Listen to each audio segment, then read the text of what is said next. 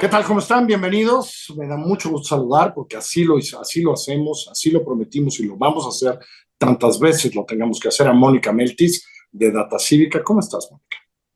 Muy bien, muchas gracias. Muy contenta de estar con ustedes. El último reporte me pareció muy interesante porque cubre más cosas que solo el votar entre balas, porque trata un poco del resumen de los últimos año y medio, 2 años que hemos vivido, eh, pone las cosas en su dimensión, que no es la mejor de las dimensiones, ahorita lo platicarás. Además, está claro que es un trabajo con otras organizaciones. Quiero empezar por la primera parte y que me lo expliques. Hay una organización que mide, ¿cómo se llama? Índice de riesgo, así se llama. Sí, es un índice de riesgo, Cuéntame, de conflicto. exacto, índice de conflicto. Cuéntame de esta organización y qué dice después de ver todos los datos de los últimos tiempos que hemos vivido.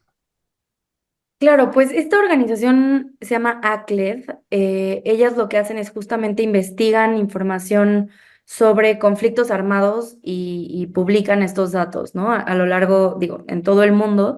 Y justamente lo que nosotras hicimos desde Data Cívica, México Evalúa y Animal Político con el proyecto de Votar entre Balas fue un poco hacer este cruce con los datos que tienen ellas, que es una metodología un poco distinta, pero que curiosamente coincide en la magnitud de la violencia que se ha vivido durante el periodo electoral, ¿no? Un poco lo que mencionan las colegas de ACLED es que, pues, efectivamente, el proceso electoral de finales de septiembre a la fecha, a junio de 2024, estuvo marcado por los altos niveles de violencias contra figuras candidatas, ¿no? Y en particular contra personas aspirantes a cargos locales, pero también contra funcionarias y funcionarios públicos, ¿no? Y en ese sentido, digamos, la información, aunque tiene algunas diferencias en la perspectiva que documentan ellas, en realidad, pues, esta es una conclusión a la que llegamos de forma compartida, ¿no? O sea, es decir, no solamente los datos de votar entre balas confirman o, digamos, suponen que esta violencia ha sido la más grande en las últimas tres elecciones, sino también la de otras organizaciones internacionales como ACLED, ¿no? Y es interesante algunos datos que salen ahí, porque ustedes tenían los datos, a lo mejor nos quedábamos en los números, pero por ejemplo, ¿no? ¿Cómo se dan estas violencias? ¿No? Y ahorita, hoy vamos a llegar ya a aclarar todo esto de que si cuántos fueron y lo que dice votar entre balas, porque me queda, ustedes lo han hecho muy bien y queda muy claro, pero esta parte, por ejemplo, de cómo siempre tiene que ver con invasiones, con, ¿no? Hasta con casas, con tal, con cual, que para Axel es interesante, ¿no? Que no nada más es Sí. en un parque cuando va caminando, sino otras cosas que suceden, ¿no?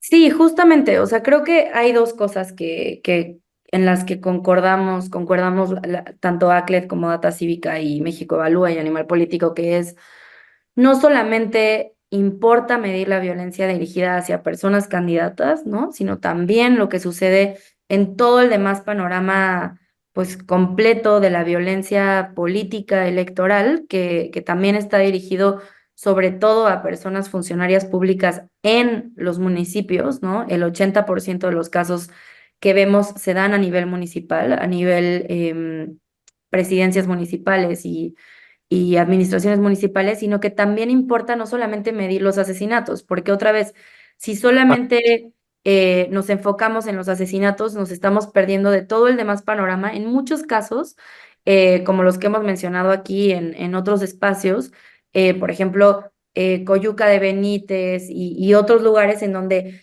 no solamente ha habido un asesinato, sino que ese asesinato es presidido por una amenaza, un ataque, un ataque a las instalaciones de una Eso, fiscalía, ¿no? Entonces, eso de serio, ¿no? Ese conteo de, por ejemplo, instalaciones. Ah, no, entonces no contamos eso. No, claro, es una primera amenaza, o a lo mejor es la segunda, la tercera. No sabemos qué número de amenaza es, pero si voy y quemo tus patrullas o quemo tus coches de campaña, te estoy mandando un mensaje porque soy un grupo criminal que quiere influir en la elección, ¿no? por supuesto, y creo que esto es importante justamente por lo que mencionas, Carlos. O sea, al final, lo que este tipo de ejercicios estamos intentando hacer es entender y tener elementos para poder identificar cómo es que los grupos de crimen organizado están buscando influenciar a las administraciones públicas, ¿no?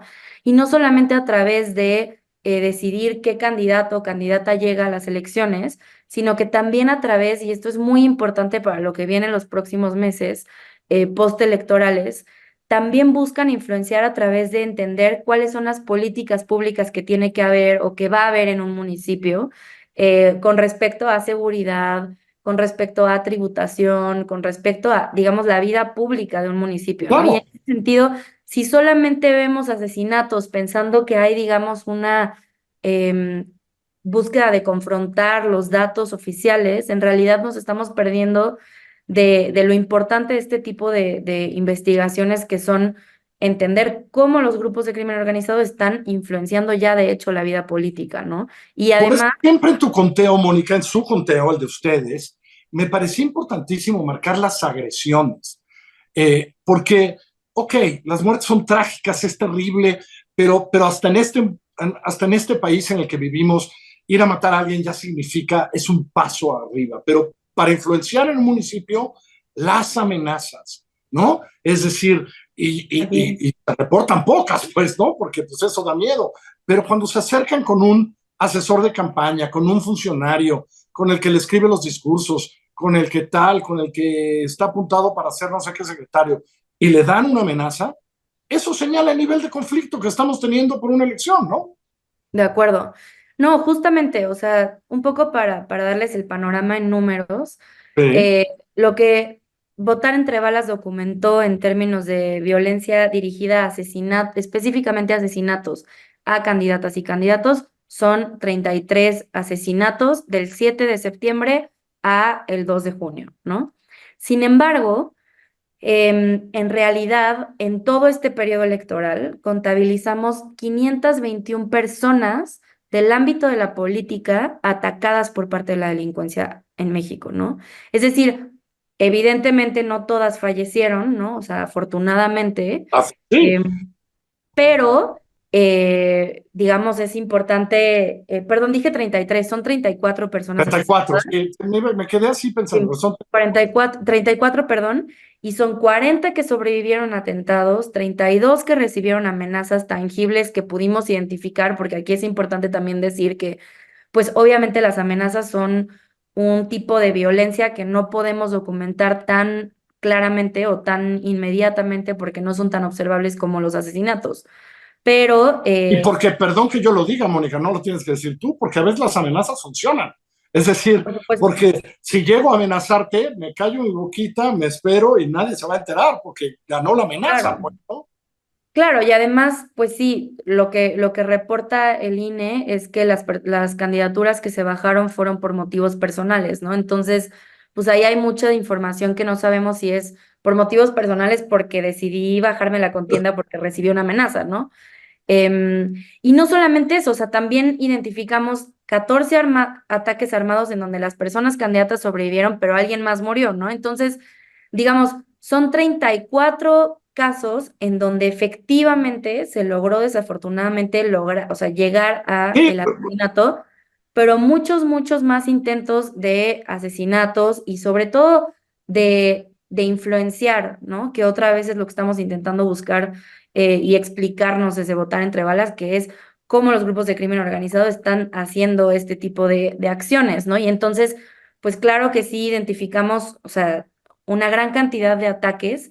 Y otra vez, o sea, creo que es importante que no solamente pensemos en los asesinatos, sino también en las otras, pero también en las personas funcionarias que son atacadas, porque ahí es, digamos, algo que ya hemos estado observando de forma importante cómo los grupos de crimen organizado em, atacan a personas muy específicas, ¿no? O sea, no solamente a las candidatas, sino también a lo que ya hemos dicho, ¿no? Policías, jueces, magistrades, etcétera, ¿no? bueno, me decías que hasta quien se va a encargar un poco de cobrar los impuestos, los pocos que cobre o muchos que cobre el municipio, ¿no? Es Así decir, es.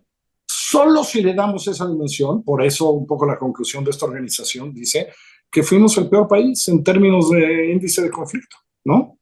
Sí, sí, efectivamente estas elecciones pues sí han sido sumamente violentas. Y lo que importa también es un poco pensar, bueno, dos cosas, ¿no? Uno es, antes no habíamos visto ataques el día de las elecciones ni posterior a las elecciones.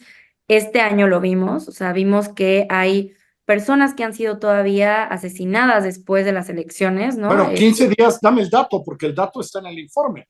En Sí, los 15 días posteriores al 2 de junio, ¿cuántos? 6 ataques ocurrieron, bueno, 22 ataques, 6 en Guerrero específicamente, y ya hubo 6 asesinatos también después, ¿no? Entonces, lo que vemos es que la violencia continúa, pero además, no solamente eso, sino que ya estamos viendo efectos importantes en los propios procesos de democracia, ¿no? Para mencionarles uno, em, vimos, por ejemplo, que en los municipios, por cada ataque en promedio, hubo 2% de disminución en la participación que habíamos encontrado en análisis anteriores, ¿no? A reserva de que hay que hacer un análisis mucho más profundo, porque vale la pena decir que todavía hay 12 órganos públicos electorales a nivel estatal que no han publicado la No han información publicado los completa de datos, participación, ¿no? Em, que nos pero permite están tener un análisis publicados más va el exhaustivo. 2%. Es decir, esto afecta seriamente la democracia.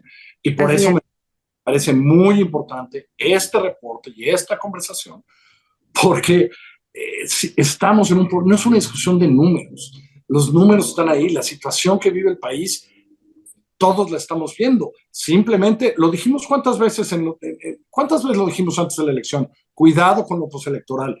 Y cuando hoy me cuentas que en los 15 días posteriores al 2 de junio hay 6 ataques y 6 asesinatos, uff, y de aquí a las tomas de posesión, pues vamos a ver más. Y que quien se vaya a encargar de esto, gobernadores, presidentes municipales, el gobierno federal, vea esto sin pelearse con el absurdo de pelear entre 34, 28 o 36. Eso es el absurdo. totalmente.